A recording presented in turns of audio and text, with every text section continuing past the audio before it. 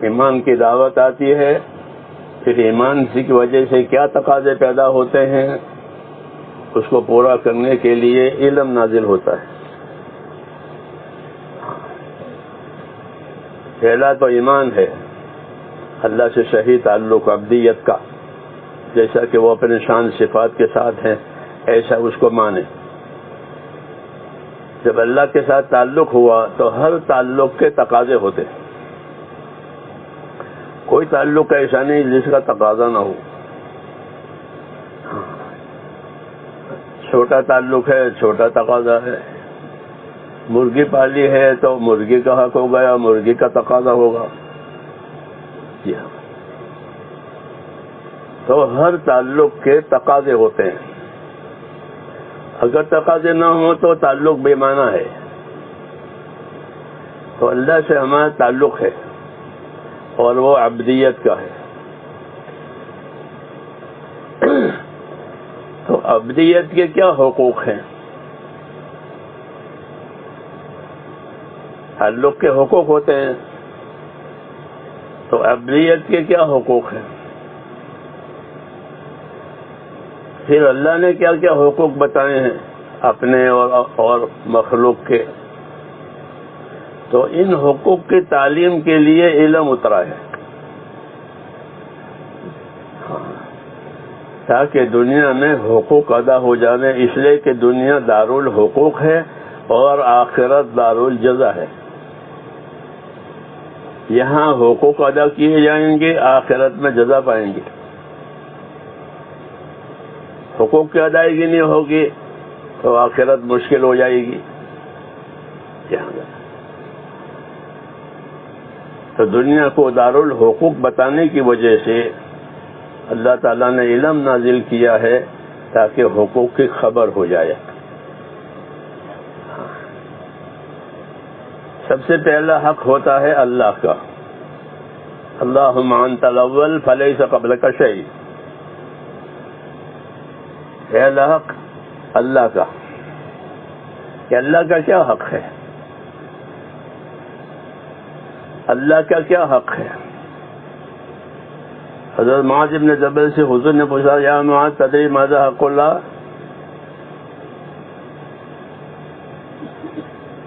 انہوں نے بتایا کہ مجھے نہیں معلوم ہے۔ فرمایا اللہ کا حق یہ ہے کہ اسی کی عبادت کی جائے گی، اس کے ساتھ کسی کو شریک نہیں کیا جائے گا۔ یہ مثال ہے، یہ مثال ہے کہ جو علم اور جو فیض وہاں سے آتا ہے وہ حقوق کی تعلیم کے لیے ہوتا ہے۔ پھر حقوق کی نگرانی کے طریقے بتائے جائیں گے، پھر حقوق کو کیسے سنبھالو گے۔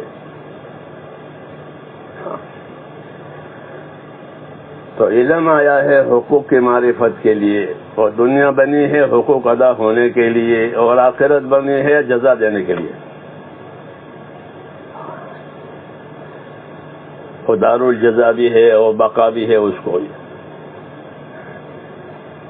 اس لیے نبیوں کو بھیجا گیا ہے۔ اگر نبیوں کو اللہ نہ بھیجتے تو انسانوں کو حقوق کی خبر نہ ہوتی، کیونکہ وہ ایک معنوی چیز ہے۔ اپنے حظوظ کی، اپنے خواہشات کی تو خبر ہو جاتی ہے کہ حظوظ نفسانی کیا ہے، خواہشات کیا ہیں، کیونکہ وہ تو اندر ہے، ہاں اس کے تقاضے ہیں، جی ہاں، اس لیے اس کا غلبہ ہو جاتا ہے۔ لیکن حقوق کیا ہیں یہ نہیں معلوم ہے، اس لیے یہ فیضان ہوا اللہ کی طرف سے کہ بندوں کو حقوق بتلائے جائیں۔ تو جو علم اللہ تعالیٰ نے ہمارے نازل کیا ہے وہ اس لیے نازل کیا ہے، اس لیے اس کا سیکھنا فرض ہو گیا، نہیں تو حقوق کی پائمالی ہوگی، اور حقوق کی پائمالی سے فساد ہوتا ہے۔ جس طرح حقوق کی ادائیگی سے سکون ہوتا ہے، جی ہاں، صلے اور تعلقات قائم ہوتے ہیں حقوق کی ادائیگی سے، اور حقوق ادا نہ ہو تو پھر پائمالی ہے، ہر ایک اپنا حق کا تقاضا کرے گا اور دینے والا کوئی بھی نہیں ہوگا۔ ہاں جیسا ہو رہا ہے کہ ہر ایک اپنے حق کا تقاضا کرے اور دینے کے لیے کوئی نہیں۔ تو پھر دنیا جو ہے وہ تنازع کی جگہ ہو جاتی ہے. اس لیے سلامتی کے لیے حق تعالیٰ شانہ نے یہ نظام کیا ہے کہ اللہ تعالیٰ نے علم نازل کیا ہے اور علم نازل کر کے ہر ایک کا کیا کیا حق ہے وہ بتایا ہے. کیا واجب ہے، کیا مستحب ہے، کیا مستحسن ہے، اس کی تعلیم دی گئی ہے ہم کو یہاں. اس لیے اس کا سیکھنا سکھانا ضروری ہو گیا ہر ایک کے لیے کہ دین کا علم ہر مسلمان سیکھے، ہر مرد سیکھے، ہر عورت سیکھے، تاکہ وہ حقوق ادا کر کے اللہ سے ملے. اس لیے اس کی فرضیت ہے، کیونکہ یہ حق ہے آپس کے ادا ہونے کے لیے ذریعہ ہے، اس لیے اس کی اہمیت دی ہے اور اس کو عام کیا گیا ہے. علم کو عام کیا گیا. عام کیا گیا کا مطلب یہ ہے کہ جو علوم حضور پر نازل ہوتے تھے وہ علوم آپ اس کو لوگوں کو دعوت دیتے تھے. کوئی مخصوص چیز بنا کے نہیں رکھی. جیسے دنیا میں ہوتا ہے کہ بعض چیزیں مخصوص ہوتی ہے کہ یہ چیزیں خاص لوگوں کے لیے ہے، عام لوگوں کے لیے نہیں ہے. فلاں جگہ کا داخلہ عام لوگوں کے لیے نہیں ہے، خاص لوگوں کے لیے داخلہ ہوگا اس کا. ایسا یہاں نہیں ہے، بلکہ اس علم کو عام کیا گیا. اس کی دعوت کے ذریعے سے اس کی دعوت دی گئی ہے. جیسے ایمان کی دعوت دی، ایسے ایمان کے تقاضے سمجھنے کے لیے علم کی دعوت دی. اور صرف علم کی دعوت ہی نہیں دی بلکہ علم کو حرکت دی. علم کو حرکت دی گئی ہے جاری پانی کی طرح سے. جیسے جاری پانی ہے تو جاری پانی حرکت میں رہتا ہے اور حرکت میں ہونے کی وجہ سے وہ خراب نہیں ہوتا. ایسے ہی علم کو حرکت دی گئی کہ علم سیکھو، اس کو سکھاؤ، سیکھنے والی بناؤ، اس کے سیکھنے والی بناؤ. اور اللہ نے بھی دو قسم کا علم نازل کیا. ایک علم وہ ہے جو زندگی کی ذمہ داریوں کو سمجھاوے، اس کو مسائل کہتے ہیں. اس کو مسائل کہتے ہیں. اس میں فرائض بھی آئیں گے، واجبات بھی آئیں گے، مستحبات بھی آئیں گے، کیونکہ وہ تو زندگی کی ذمہ داریاں ہیں. اور ایک علم وہ نازل کیا ہے کہ جو ان چیزوں پر آمادہ کرے، اس کو علم فضائل کہتے ہیں، اس کو علم ترغیب کہتے ہیں.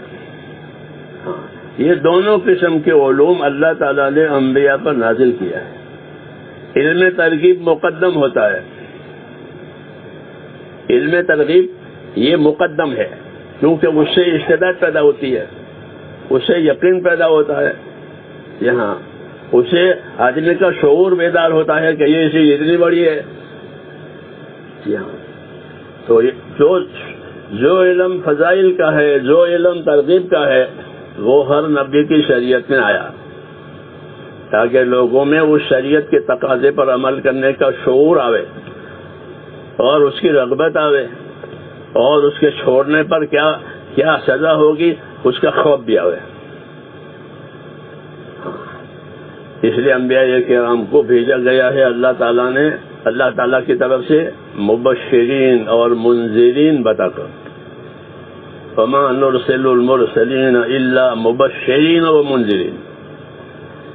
یہی ان کا اسلوب ہوتا ہے کہ لوگوں کو مقصد زندگی پر کیسے آمادہ کرو گے کہ بشارتیں سنا کر، وعیدیں سنا کر، بشارتیں سنا کر، وعیدیں سنا کر.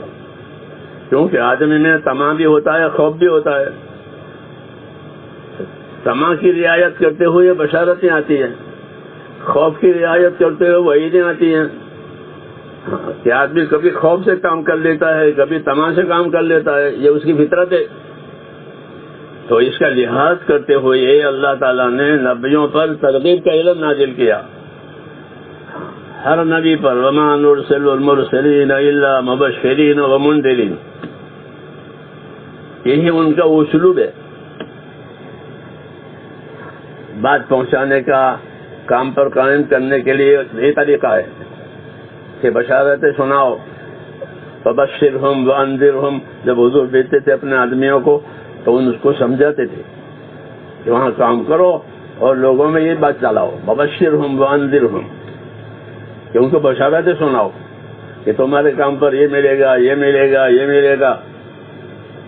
اور تو بعض لوگ ترغیب سے تیار ہوتے ہیں، بعض لوگ ترہیب سے تیار ہوتے ہیں، بعض لوگ خوف سے تیار ہوتے ہیں، خطرے سے اپنے آپ کو بچانے کے لیے آمادہ ہو جاتے ہیں.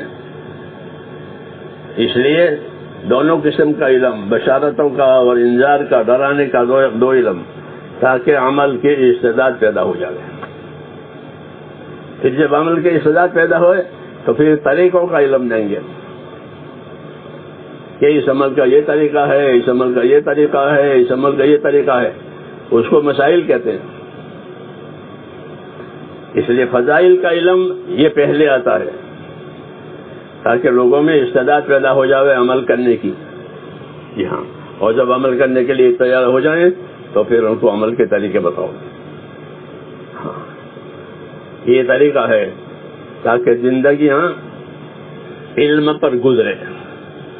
زندگی گزارنے کی ہمارے ہاں دو ہی پٹڑیاں ہیں، جیسے ریل کی دو پٹڑی ہوتی ہے، ایک پٹڑی ایمان کی، ایک پٹڑی علم کی. تیسری بات نہیں ہے. تیسری بات کیا ہوتی ہے؟ رواج ہے، یہ چیزیں تو وہ نہیں ہوگی. یہ ہے دو پٹڑی، ایک ایمان کی پٹڑی اور دوسری علم کی. ایک پٹڑی پر زندگی گزرے گی. دعوت میں تیسرا نمبر اسی کی رہنمائی کے لیے ہے. تیسرا نمبر وہ کیا ہے؟ علم و ذکر. علم و ذکر اگرچہ اس کا چرچا ہوتا نہیں جماعت میں زیادہ. ہاں، یہ کمی ہے، یہ ہماری محنت کی کمی ہے، اس کا اقرار کرنا پڑے گا. جی ہاں، اپنے ساتھیوں سے بھی کہتے ہیں ہماری دعوت میں علم و ذکر کی کمی ہے. علم و ذکر تو زندگی کے کسی حال سے الگ ہو ہی نہیں سکتا. جیسے پٹڑی پر ہی ریل چلے گی، ریل کسی حال میں پٹڑی سے الگ ہو سکتی ہے کہ آپ کے ہاں بغیر پٹڑی کے بھی ریل چلے؟ یہ نہیں ہوتا. زندگی کی ریل اسی پر چلے گی. کس پر؟ کہ علم و ذکر پر. علم و ذکر پر اتنا بڑا اس کا احاطہ ہے علم کا کہ زندگی کا کوئی گوشہ مسلمان کا علم کے بغیر نہیں ہوگا. یہ جوتا اتارے تو، جوتا پہنے تو، ہاں جوتا پہنے، جوتا اتارے، کھانا کھائے، سب چیزوں کے لیے علم آیا اپنی اپنی جگہ. جی ہاں، عقائد کا علم آیا، اعمال کا علم آیا، آداب کا علم آیا. یہ تو زندگی کو علم نے ہماری گھیر لکھی ہے. جیسے روشنی سے زندگیاں گھیری ہوئی، کہ روشنی کے بغیر کیسے چلے گا؟ اس لیے سب سے زیادہ علم اللہ تعالیٰ نے اس امت کو دیا ہے. پورا اتمام نعمت ہو گیا تو ہر حال کا علم دیا گیا تاکہ کوئی بھی حال علم سے خالی نہ رہے. اور جو علم ملا ہے وہ غیر منسوخ ہے، بدلے گا نہیں. بدلے گا نہیں، مٹے گا نہیں. نہ یہ مٹنے والا ہے نہ یہ بدلنے والا ہے. یہ قطعی ہے، یہ قطعی ہے اور غیر منسوخ ہے. اس کی حفاظت اللہ کرے گا. جو علم ہم کو ملا ہے اس کی حفاظت کون کر رہا ہے؟ کہ اللہ کر رہا ہے. اس لیے حضرت سعد کا ایک شاگرد تھا، جب ان کا انتقال ہونے لگا تو وہ رونے لگا. فرمایا کیوں رو رہے ہو؟ کہ آپ سے واسطہ تھا، آپ سے فیض ملتا تھا کہ ساتھ حضرت معاذ جو ہے وہ علماء میں سے ہیں، صحابہ میں حلال حرام کے زیادہ جاننے والے، تو کہ آپ کی جدائی کا اس لیے غم ہے کہ جو فیض مجھے ملتا تھا وہ نہیں ہے۔ فرمایا کہ گھبرانے کی بات نہیں ہے، اللہ تعالیٰ نے اس علم کی حفاظت کی ذمہ داری لی ہے،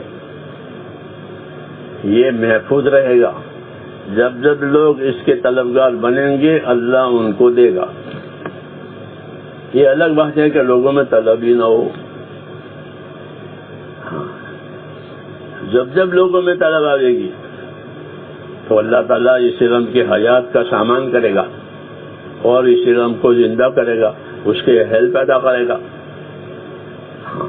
کیونکہ اس کی حفاظت کی ذمہ داری اللہ تعالیٰ نے لی ہے۔ یہ اس کو تسلی دی اپنے شاگرد کو، پھر انعام بتائے فلاں فلاں کے پاس میرے بعد جانا، تو یہ انہوں نے ان کو سمجھایا ہے کہ جو علم اللہ تعالیٰ نے ہم کو دیا ہے وہ محفوظ رہے گا، وہ منسوخ نہیں ہوگا، وہ مٹے گا نہیں۔ یہ الگ بات ہے کہ لوگ جاہل رہیں گے، وہ الگ چیز ہے، تو یہ ان کی کوتاہی ہے کہ وہ جاہل رہے، باقی یہ انمٹ ہے۔ پھر دوسری بات یہ ہے کہ اس علم کو عام کیا گیا ہے، عام کیا گیا۔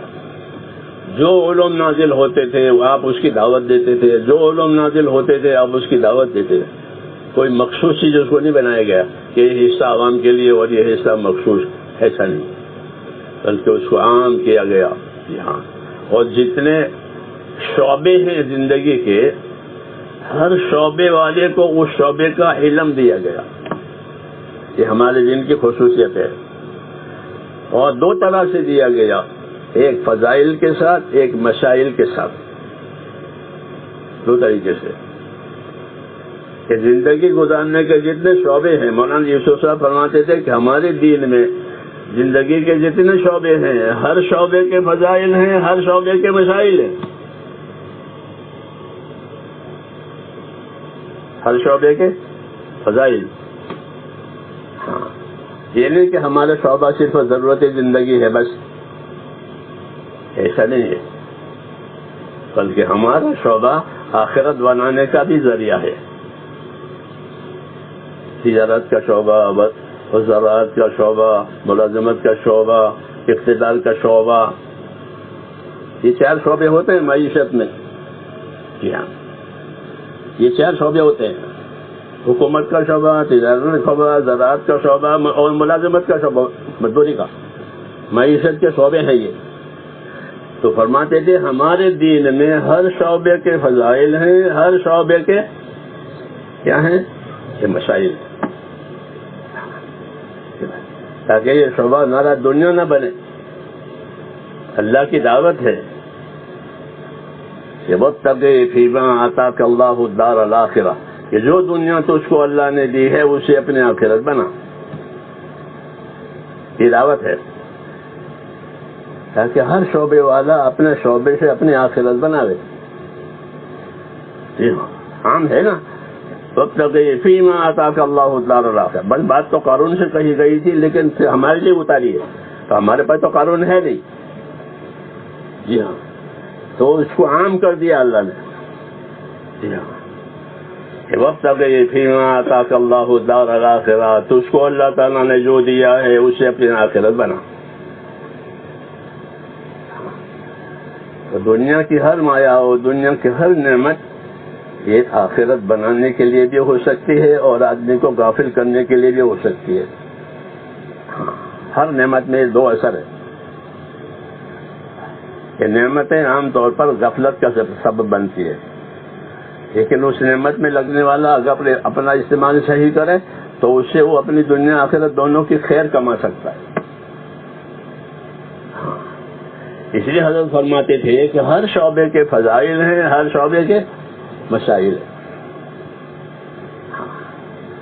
علم کر کے یہ چیزیں دی ہم کو کہ ہر شعبے والا اپنے شعبے میں علم کے ساتھ رہے گا، تاکہ اس کی آخرت بنتی رہے اس سے۔ پھر اس کی دعوت دی گئی اس علم کی دعوت دی گئی ہے، اور دعوت دو طریقے سے دی گئی. ایک تو دعوت دی گئی اس کا اسلوب ترغیب کا ہے کہ ترغیب کے ساتھ دعوت دی ہے تاکہ اس کا نفع اس کے سامنے رہے، اس کا نقصان اس کے سامنے رہے، کہ اپنا نفع نقصان دیکھ کر کے چلے. یہ نفع ہوگا اگر بات مانی گئی، یہ نقصان ہوگا اگر بات چھوڑ دی. مبشرین و منذرین بنا کر نبیوں کو بھیجا جاتا تھا، تاکہ اپنا نفع نقصان سمجھ کر اپنی زندگی کا رخ علم کی طرف کرے. تو جب اپنی زندگی کا رخ علم کی طرف کرے گا تو اب جو مسائل پیش آئیں وہ لوگ ان کے ذمے ہے کہ وہ سیکھے، معلوم کرے اور اس مسائل پر اپنی زندگی کو گزارے، تاکہ ہر شعبہ علم پر گزرے، ہر شعبہ علم پر گزرے. یہ تھا مقصد. اور چنانچہ حضور صلی اللہ علیہ وسلم کے زمانے سے جب بات چلی اور صحابہ کرام نے ان چیزوں کو لیا اور پھر لوگوں کو دیا.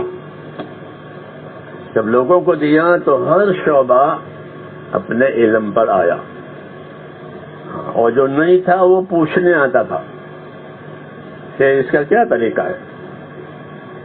عدی بن حاتم حضور کے پاس آئے، حاتم تائی کے بیٹے ہیں.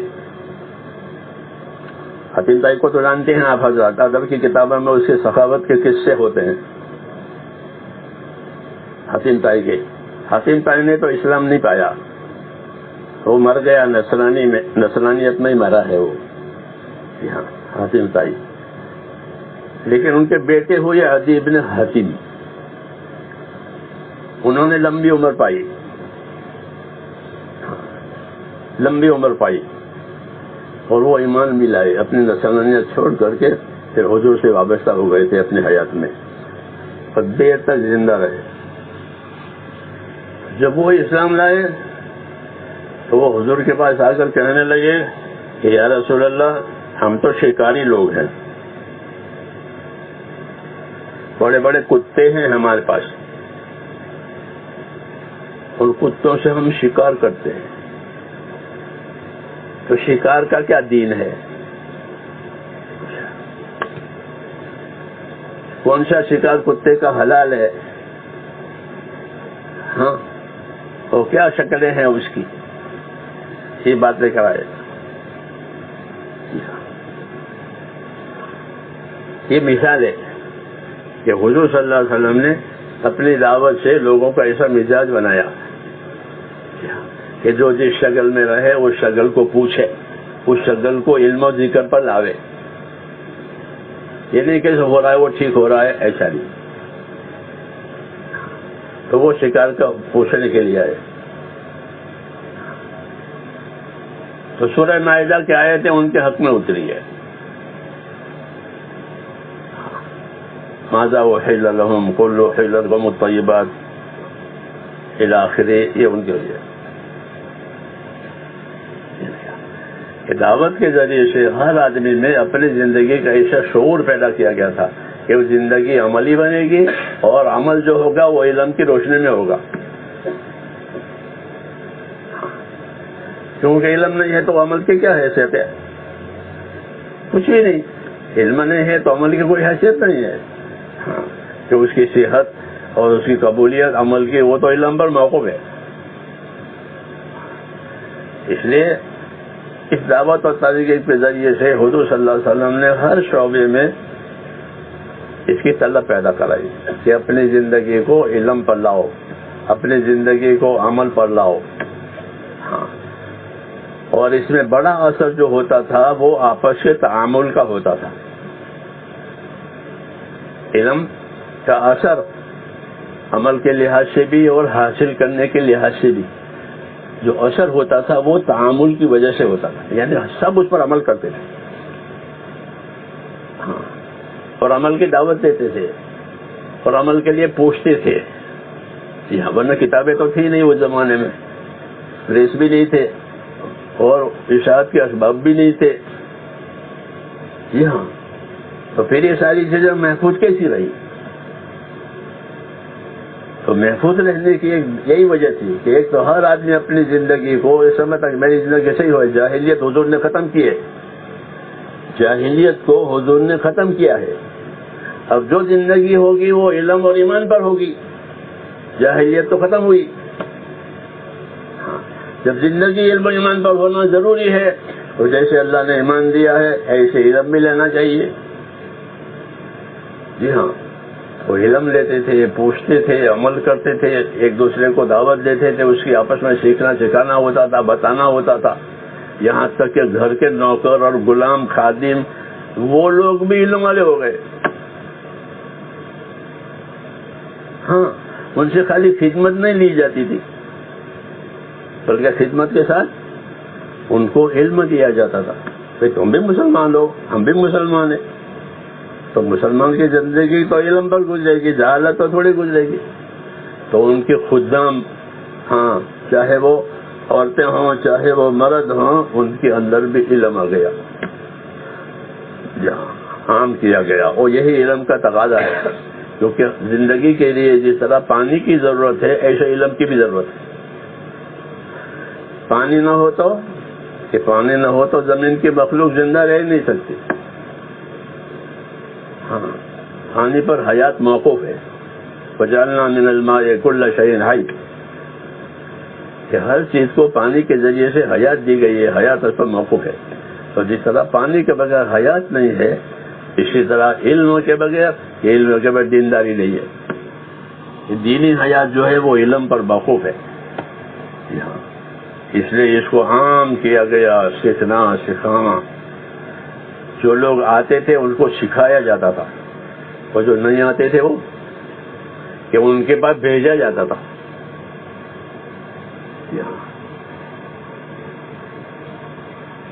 جب قریش کی جنگیں ختم ہو گئی, قریش نے لڑنا ختم کیا آپ کے ساتھ, تو آپ نے اپنے وفود علم کے لیے پھیلائے, ایمان کے لیے پھیلائے. اب یہ رکاوٹ ان کی ختم ہو گئی. تو اب آپ نے اپنے وفود پھیلائے. یہ وفود جا کر کے لوگوں کو ایمان کی دعوت دیتے تھے. پھر جو ایمان پر آتے تھے ان کو ایمان کے تقاضے سمجھاتے تھے کہ ایمان لانے کے بعد کیا کیا چیزیں ضروری ہے, اور بتا کر نہیں چلے آتے تھے. جیسے ہم لوگ تو بتا کر چلے آتے ہیں, کام کر کے چلے آئے, وہ رک جاتے تھے, وہاں رک جاتے تھے, اور رک کر کے ان کو عملاً بھی اپنی چیزیں سمجھاتے تھے. بعد وفود جاتے تھے, وہ 6 مہینے رہتے تھے. کیوں کہ ضرورت ہے,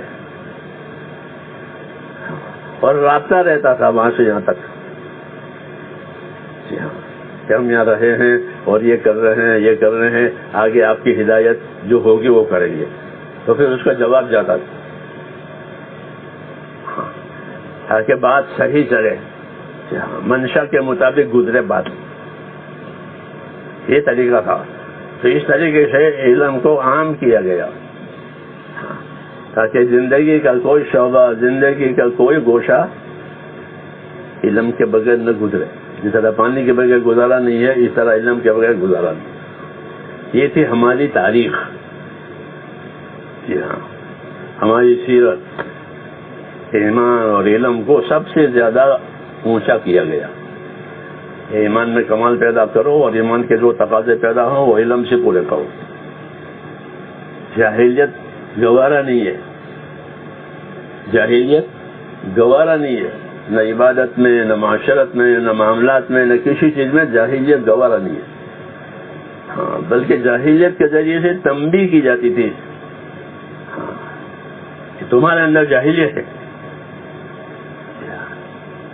ابو ذر غفاری نے کسی کو ایک کڑوی بات کہہ دی, تو ابو ذر غفاری نے کہا کہ تمہارے اندر جاہلیت ہے.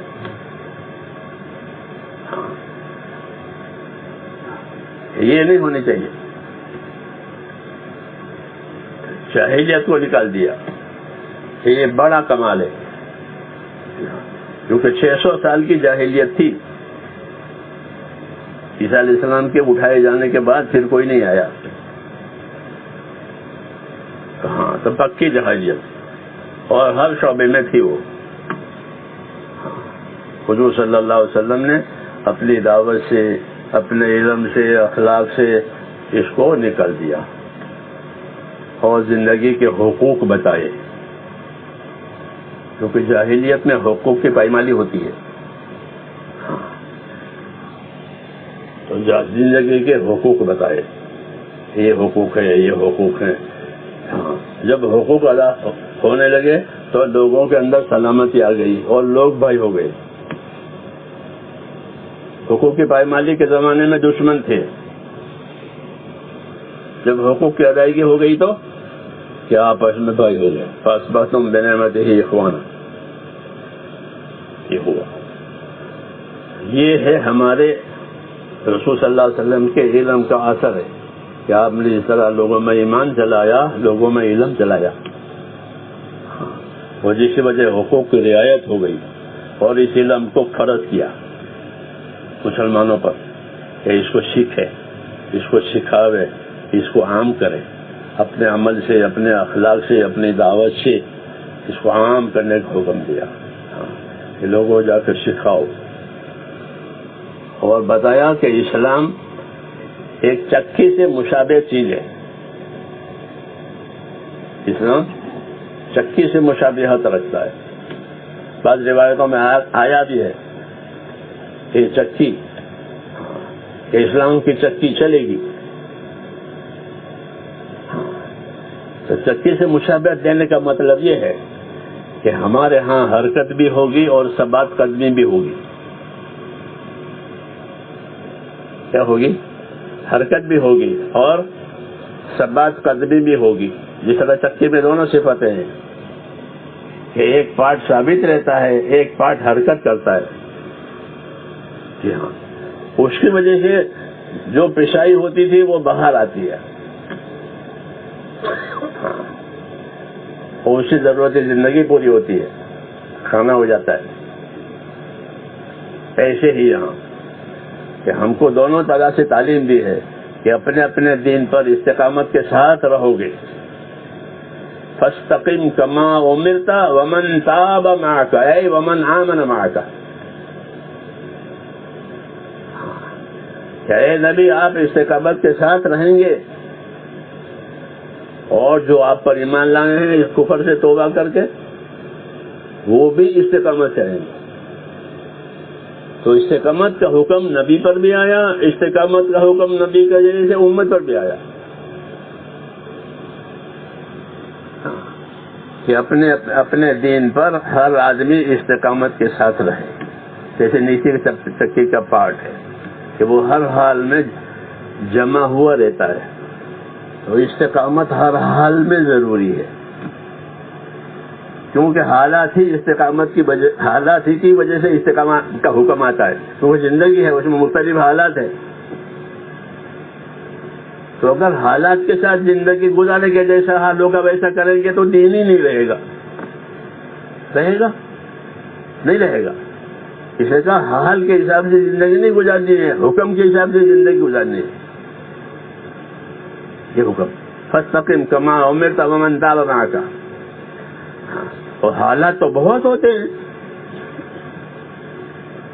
تو کہا کوئی بات نہیں، ہمارے ہاں حکم بہت نہیں ہوتے، طریقے بہت ہوتے ہیں. آپ کے ہاں کیا زیادہ ہوتا ہے؟ کہ طریقے زیادہ ہوتے ہیں. شرائع، نماز کے بہت طریقے ہیں، حکم تو ایک ہی ہے اقیموا الصلاۃ. جی ہاں، اور طریقے کہ بہت، جتنے حالات اتنے طریقے. یہ آسانی کے لیے کیا ہے کہ ہم نے تمہارے ساتھ آسانی کا ارادہ کیا ہے، دشواری کا ارادہ نہیں کیا ہے. تو آسانی کن چیزوں میں ہے کہ طریقوں کی وسعت میں، طریقوں کی وسعت میں آسانی ہے کہ یہ نہ کر سکو تو یہ نہ کرو، یہ نہ کر سکو تو یہ کرو، یہ نہ کر سکو تو یہ کرو. عمران بن حسین رضی اللہ عنہ، آپ جانتے ہیں کہ بیماری کے مسائل ہم کو ان کے ذریعے سے ملے ہیں کہ نماز بیمار کیسے پڑھے. تو آپ دیکھو گے کہ روایتوں میں انہی کی طرف سے روایتیں آتی ہے کہ عمران بن حسین نے پوچھا تو حضور نے بتایا، عمران بن حسین نے پوچھا تو حضور نے بتایا. تو ان کی بیماری سے مسائل کھل گئے کہ نماز اس طرح بھی ادا ہوتی ہے، اس طرح بھی ادا ہوتی ہے. طریقے بہت ہیں اسلام میں، اور وہ طریقے آسانیوں کے لیے ہیں. آج ہماری زندگی میں چونکہ وہ طریقے نہیں رہی ہے تو ہم کو زندگی میں اس دین میں تنگی معلوم ہوتی ہے کہ بہت مشکل ہے، بہت مشکل ہے. اور جن کو طریقے معلوم ہو ان کے لیے کوئی مشکل ہی نہیں ہے کہ یہ نہیں تو یہ طریقہ ہے، یہ نہیں تو یہ طریقہ ہے. ہاں، دنیاوی کاموں میں بھی کہ جن لوگوں کو سرکاری اور دوسرے قانون معلوم ہوتے ہیں ان کو کوئی تنگی نہیں معلوم ہوتی کہ کوئی بات نہیں، یہ نہیں تو یہ کریں گے. جن کو قانون معلوم ہوتے ہیں ان کو آسانی معلوم ہوتی ہے، اور جن کو قانون نہیں معلوم ہوتے ادھر پریشانی میں رہتا ہے کہ یہ ہو گیا اب کیا کرے، یہ ہو گیا تھا. تو جس طرح دنیا کے قوانین سیکھنے سے دنیا میں آسانیاں آتی ہے، دین کے قانون اور دین کے مسائل سیکھنے سے دین میں، کیونکہ طریقے اسلام میں بہت ہے، کیونکہ لوگوں کے حالات بہت ہیں. ہاں، کہ جتنے حالات آئیں گے اتنے طریقے آئیں گے تو آسانی ہو جائے گی. نہیں جائے گی. ہم لوگ ٹرین میں سفر کر رہے تھے، ایک کیسا تو چوہی آئی ڈبے میں، وہ گھوم رہی ہے. صبح یہ کہ ڈبہ جائے گی کہاں؟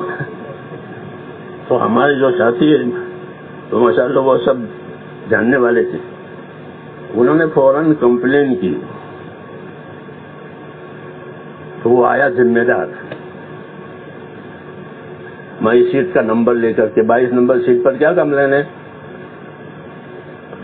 چوہی ہے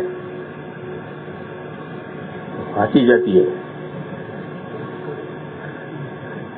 اس نے کہا ٹھیک ہے، وہ گیا اور وہ ایک مسالہ نہیں آتا جس پر چوہا چپک جاتا ہے، وہ لے کے آیا اور رکھ دیا اور چلا گیا. تو چوہی تو سمجھ ڈبا جاتی کہاں، آتی جاتی وہ پھنس گئی. پھر اس کو بتایا کہ وہ پھنس گئی، وہ آیا لے گیا فوٹو لے کر، اس کو اپنی کارروائی بتانی پڑتی ہے نہیں. تو جو فوٹو لیا اس طرح چوہی ماری ہے اور چوہی پکڑی گئی ہے پیسنجروں کو اور لے گیا. یہ میں نے کیا ہوگا کہ جس کو قانون معلوم ہوتے ہیں ان کو سہولت ہوتی ہے، اور جن کو ہماری طرح سے مسائل نہیں معلوم ہوتے ان کے لیے مذہب تنگ ہے. تو ہمارے دین میں طریقے بہت ہیں کیونکہ لوگوں کے حالات بہت ہیں. تو ہر حال کے لیے طریقہ ملے گا، ہر حال کے لیے طریقہ ملے گا تو پھر دین آسان ہو جائے گا. آج دشواری یہی ہے کہ دین سیکھا نہیں جاتا اور ایک دو طریقے معلوم ہے اس کی وجہ سے کام بنتا نہیں ہے، تو پھر دین چھوٹ جاتا ہے کہ بہت مشکل ہے. اس لیے علم دین سیکھنے کی دعوت دی گئی ہے، اس میں دین فرض کیا گیا ہے. ہاں، اس کو سیکھو، اس کو سکھاؤ، اس کو عام کرو، اس کی دعوت دو، ترغیب کا علم بھی سیکھو اور مسائل کا علم بھی سیکھو تاکہ رغبت بھی پیدا ہو جائے، ثواب کی نیت بھی پیدا ہو جائے اور عمل بھی پیدا ہو جائے مسائل پر عمل کرنے کی وجہ سے. یہ ہمارا طریقہ ہے. پھر جو لوگ آتے تھے ان کو علم دیا جاتا تھا، اور جو نہیں آتے تھے کہ جو لوگ نہیں آتے تھے ان کے پاس علم والوں کو بھیجا جاتا تھا. ہاں، یہ رہا ہے کہ لوگوں کو حضور صلی اللہ علیہ وسلم بھیجتے تھے ان کے پاس کہ ان کے پاس جاؤ اور ان کو سمجھاؤ، ان کو بتاؤ، ان کو طریقے بتاؤ، پھر ہم کو سناؤ کہ کیا کیا کر کے آئے ہیں. تو وہ پھوٹ جاتے تھے.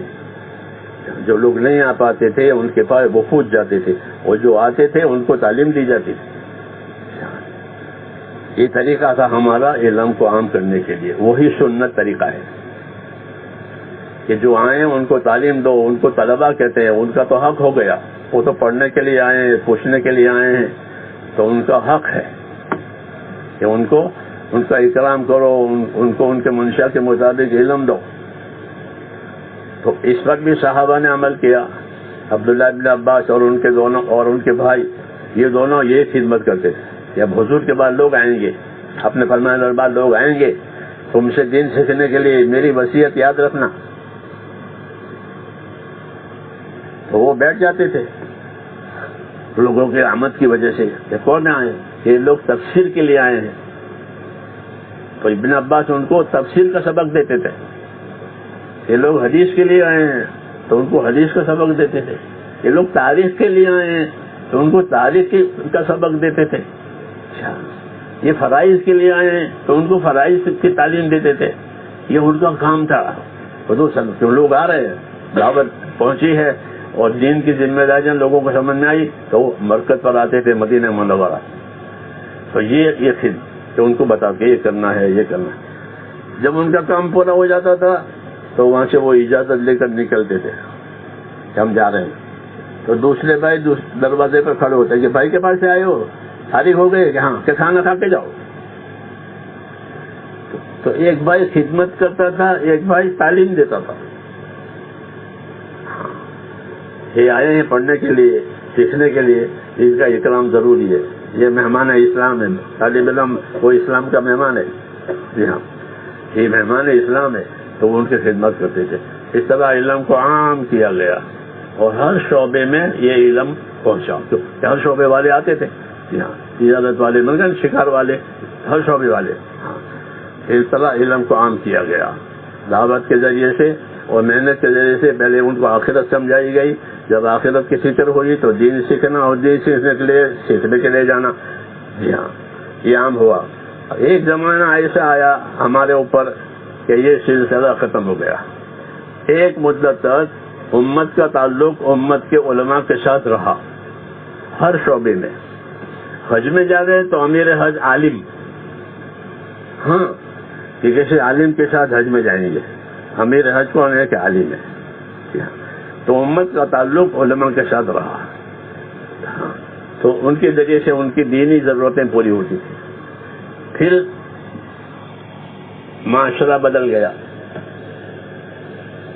معاشرہ زمانے کے گزرنے سے بدل گیا تو علماء سے لوگوں کا ربط کٹ گیا. ظاہر بات ہے جب علماء سے ربط کٹے گا تو زندگی بغیر علم کے گزرے گی. جی ہاں, اس لیے جہالت پھیل گئی. ہر چیز میں جہالت آ گیا, عقائد میں بھی, اعمال میں بھی, اخلاق میں بھی. جی ہاں, کیونکہ ربط جو تھا اہل علم سے وہ نہیں رہا. ورنہ لوگ اہل علم کے پاس جاتے تھے, سندیں لیتے تھے, اجازتیں لیتے تھے. جی ہاں, یہ کرتے تھے. پھر غلبہ دنیا کا ہو گیا تو ربط کٹ گیا. اس لیے زندگی کے شعبوں میں جہالت آ گئی, ناواقفیت آ گئی اور وہ ابھی تک چل رہی ہے. ہاں, کہ لوگوں کو اپنی زندگی کی ذمہ داریاں نہیں معلوم ہیں. ہاں, اس لیے ہم پر یہ ذمہ داری آئی اور اس کام کی وجہ سے الحمدللہ یہ ذمہ داریاں سمجھ میں بھی آئی کہ لوگوں کے پاس جانا چاہیے. ان میں صلاحیتیں ہیں, ان میں استعدادیں ہیں, ان کی صلاحیت اور استعدادیں غلط جگہ جا رہی ہے. جی ہاں, اس کا اعمالہ کرنا چاہیے کہ وہ ادھر مائل ہو جائیں. ہاں, الحمدللہ اس کے لیے اللہ تعالیٰ نے اس کام کو چلا دیا, لوگوں میں چلا دیا. ہاں, تو اس کی وجہ سے اب طبقات میں اس کا شعور آیا کہ ہمارا طبقہ جو ہے وہ دین پر رہے. تاجروں میں تجارت کے لحاظ سے دوسرے طبقوں میں یہ شعور آیا, لیکن ابھی یہ شعور کم ہے. جتنا ہونا چاہیے اتنا نہیں ہے. اس لیے یہ بات آئی ہے کہ جن کے پاس دین ہے, جن کے پاس علم ہے, وہ اپنے دین کو, اپنے علم کو حرکت میں لائیں. جو خدمتیں ہو رہی ہیں اس میں اضافہ کریں. علماء کرام دو قسم کے ہوتے ہیں. ایک قسم علماء کرام کی وہ ہوتی ہے جو امت کا مرجع ہے, ان کی طرف رجوع کیا جاتا ہے. چنانچہ جب یہ دعوت شروع ہوئی تو جو حضرات مرجع تھے ان کی طرف رجوع کیا گیا. مفتی کفایت اللہ صاحب تھے, مولانا احمد صاحب لاہوری تھے, مولانا مدنی تھے, یہ بڑے بڑے اقدام ہیں. تو ان کے رجوع کیا گیا اس کام کے بارے میں کہ یہ کام جو اس طریقے سے تھا اس کے بارے میں کیا رائے ہے. ان حضرات نے اس کا استثبات بھی کہ صحیح ہے, صحیح ہے یہ کام. مفتی کفایت اللہ صاحب کا صحیح ہے. جب ان کی طرف سے اس کی تصریح ہو گئی تو پھر اہل خدمت سے تعاون مانگا جایا. جو مرجع تھے انہوں نے تائید کر دی, تصویب کر دی. جو خدمت والے حضرات ہیں وہ اس میں تعاون کریں. اس لیے آپ حضرات سے تعاون کا سوال ہے. کام سکھانے کے لیے آپ کو نہیں بھیج رہے ہیں، کام سکھانے کے لیے آپ سے تقاضا نہیں ہے. آپ سے کیا تقاضا ہے کہ آپ تعاون کریں، کیونکہ امت متوجہ ہو رہی. دیکھ رہے ہیں نا آپ کہ امت کے مختلف طبقے متوجہ ہو رہے ہیں دین کی طرف تیزی سے. جب مہمان آتے ہیں تو آپ حضرات کھانا تیار رکھتے ہیں، نہیں ہوتا فوری طور پر بناتے ہیں، مجمع بڑھ گیا مت ہوتا نہیں. تو جس طرح فوری ضرورتوں کے لیے اہتمام ہوتا ہے، اصلی ضرورت کے لیے بھی اہتمام چاہیے. اصلی ضرورت کیا ہے کہ ان میں دین آئے. اس لیے ہماری دعوت علماء کرام سے جو خدمتوں میں ہیں، آپ حضرات اہل خدمت ہیں، مختلف خدمتیں اپنے اپنے ذمہ لے رکھی ہے جی. تو ان خدمتوں میں اضافہ کرانا ہے کہ ایک اضافہ یہ بھی کرے کہ جہاں جہاں یہ بات پہنچانا ضروری ہے اور ان کے ہر جگہ پہنچانا ضروری ہے. اگر جماعت میں اہل علم ہوتے ہیں تو بڑی ضرورت پوری ہوتی ہے. اہل علم کی وجہ سے مولانا جلال صاحب کا تو منشا یہ تھا کہ ہماری جماعت ہر جماعت میں 2 عالم ہو، 2 عالم ہو، تو وہ اپنی جماعت کو بھی دیکھے، وہ جماعت بھی فائدہ اٹھاوے، اور جہاں جائیں وہ لوگ بھی فائدہ اٹھاویں. تو اس میں ان کے علم کی بھی ترقی ہے. جی ہاں، کیونکہ علم کا خاصہ ہے کہ جتنا اس کو خرچ کرو گے اتنا وہ بڑھے گا. جیسا مال جتنا خرچ کرو گے گھٹے گا، یہ جتنا خرچ کریں گے بڑھے گا. تو اس لیے وہ منشا تھا. یہ الحمدللہ بہت حد تک یہ منشا اب پورا ہونے لگا کہ اہل علم متوجہ ہوئے ہیں. تو آج بھی آپ حضرات سے یہی درخواست ہے کہ آپ اس خدمت میں معاون بنے. ہاں، معاون بنے کہ جماعتوں میں نکل کر کے امت کو صحیح علم کی طرف، صحیح دین کی طرف متوجہ کریں. ہاں، ایک تو ہوتا ہے طریقہ کار اور ایک ہوتا ہے مقصد کار. طریقہ کار تو وہ جو آپ بتائے ہوئے ہیں، اس طرح گشت کرو، اس طرح، یہ طریقہ کار ہے. طریقہ کار تو مقدم ہوتا ہے بھائی. پہلے جانوروں سے کھیتی کرتے تھے، بعد میں ٹریکٹروں سے کرتے ہیں. یہ طریقہ کار کیا جاتا ہے، ٹریکٹروں سے کرو، اونٹوں سے کرو، بیلوں سے کرو. لیکن یہ ہوتا ہے مقصد کار. یہ کیا کہ فلانی چیز بوئی جائے گی، فلانی چیز لگائی جائے گی. تو ایک طریقہ کار ہوتا ہے، ایک مقصد کار ہوتا ہے. مقصد کار تو حضور صلی اللہ علیہ وسلم کا اتباع ہے.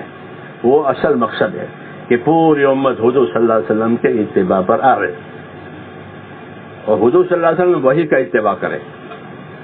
اصل اتباع ہے مذہب میں، نبی وحی کا اتباع کرے گا. اتبع ما اوحی الیک، نبی اس کا پابند ہے اور امت نبی کی پابند ہے اتباع میں. لیکن اتباع کے لیے صحیح علم چاہیے، ورنہ اتباع کیسے نہیں ہوگا؟ ہوگا صحیح نہیں ہوگا. کہ نبی کو وحی کا علم دے کر وحی کا اتباع کرا ہے، ایسے نبی دین کا علم دے کر اپنا اتباع کی دعوت دے گا. تو علم دین اتباع کے لیے ہے تاکہ اتباع صحیح ہو جاوے، باعتبار نیت کے، باعتبار عمل کے، باعتبار ترتیب کے. اتباع کے یہ قیود ہیں کہ نیت بھی صحیح ہو، عمل بھی صحیح ہو، ترتیب بھی صحیح ہو. یہ نبی کے ذمے ہے کہ نیت بتاوے، عمل بتاوے، عمل کی ترتیب بتاوے، تو وہ چیز صحیح ہو جاتی ہے. جی ہاں، جیسے نماز کی نیت، نماز کا عمل، نماز کی ترتیب. یہ قیام ہوگا، رکوع ہوگا، سجدہ ہوگا، قاعدہ ہوگا، یہ یعنی 4 ارکان ترتیب کے ساتھ ہے. یہ ترتیب کی مثال ہے. جی ہاں، کہ نبی نیت بھی بتا دے گا، عمل بھی بتا دے گا، ترتیب بھی بتا دے گا. اس نبی کا اتباع ضروری ہے. تو اتباع کے لیے صحیح علم چاہیے. امت میں اگر صحیح علم آیا تو وہ نبی کا صحیح اتباع کرے گا. صحیح علم دینے کے لیے کہ اہل علم حرکت میں آوے، اہل علم حرکت میں آئے.